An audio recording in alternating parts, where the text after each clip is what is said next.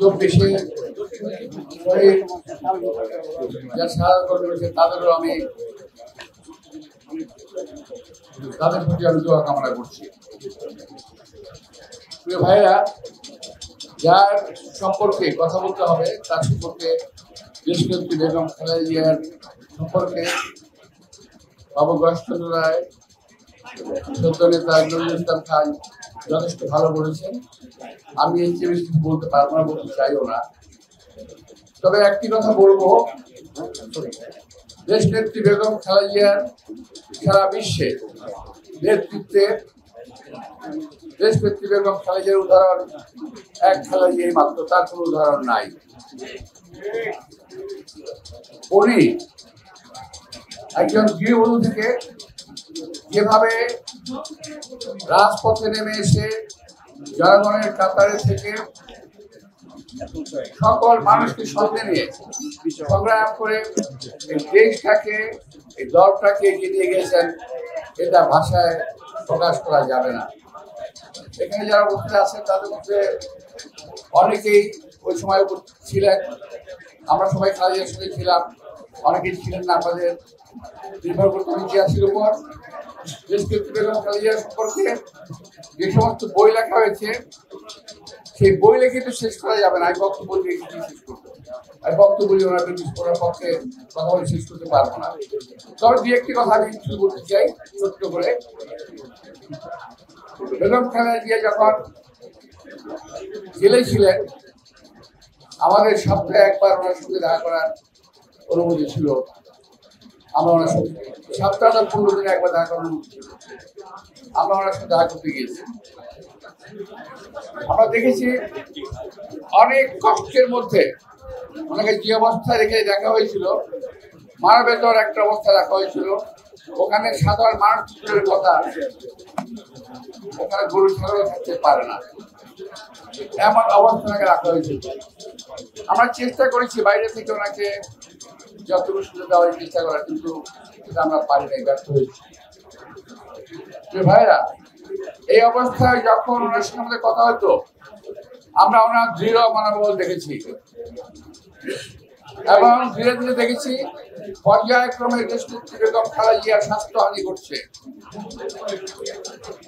আমরা বুঝতে পেরেছি যে নাকি ওই সময় খাদ্যদ্রব্যের সঙ্গে বোধহয় কোনো বিষাক্ত কোনো জিনিস মিশিয়ে দেওয়া হতো। আজকে আমি এই অনুষ্ঠান থেকে দেশনেত্রী বেগম খালেদা জিয়ার জেল জীবনে ওনার উপরে কতটুকু নিপীড়ন হয়েছে, কতটুকু অত্যাচার হয়েছে, কারা কারা এর সঙ্গে দায়ী, তাদের সকলের একটা বিচার করা উচিত বলে আমি বিশ্বাস করি এবং মনে করি। উচিত যদি প্রয়োজন হয়, দেশনেত্রী বেগম খালেদা যখন জেলে ছিলেন তখন আমাদেরও দুর্ভাগ্য সৌভাগ্য, আমরা অনেকেই জেলে গিয়েছিলাম, আমাদের সঙ্গে এখানে আছে অনেকেই। আমরা দেখেছি কারা কারা কারাগারে ওনাকে নির্যাতন করেছেন, এটা আমরা দেখেছি। সর্বশেষ যখন ওনার সাথে দেখা হয় তখন এই কারাগার একবারে ফাঁকা হয়ে গেছিল, ক্যানিং চলে গেছে এবং এটা একটা পরিত্যক্ত একটা এলাকায় যে পরিচিত ছিল। ওইখানে দেশনেত্রী বেগম খালেদা জিয়ার ঘরের মধ্যে ইঁদুর দৌড়াদৌড়ি করতো, পোকামাকড় দৌড়াদৌড়ি করতো এবং কয়েকজন ডেপুটি জেলার সুপারের কথা আমার মনে আছে, যারা তাকে কিছুটা সহযোগিতা করার চেষ্টা করেছে, শাস্তিপ্রাপ্ত হয়েছে।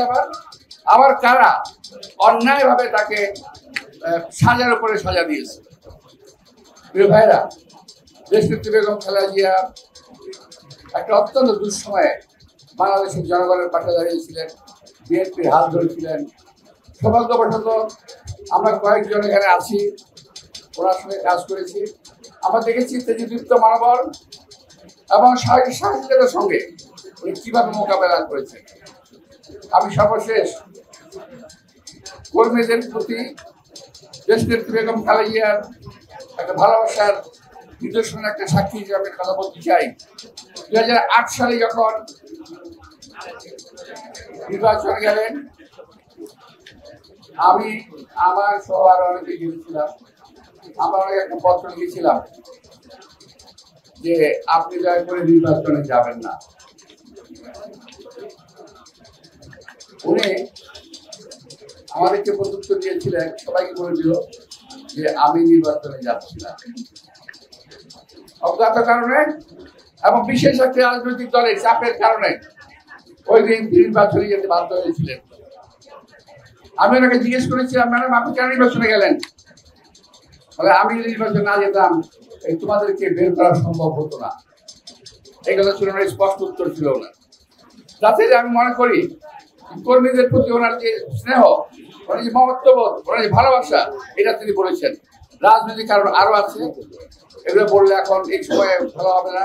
আছে একটা শুভ জন্মদিন খেলা জিয়া, কিন্তু কোনো রাজনৈতিক কোনো সভা যদি আসে, আমি আবারও বলবো কি কারণে দেশনেত্রী বেগম খালেদা জিয়া সেই দিন নির্বাচনে যেতে বাধ্য হয়েছিলেন। এটা আজকে সময়ের দাবি, এই কথা জনগণের সামনে প্রকাশ করতে হবে।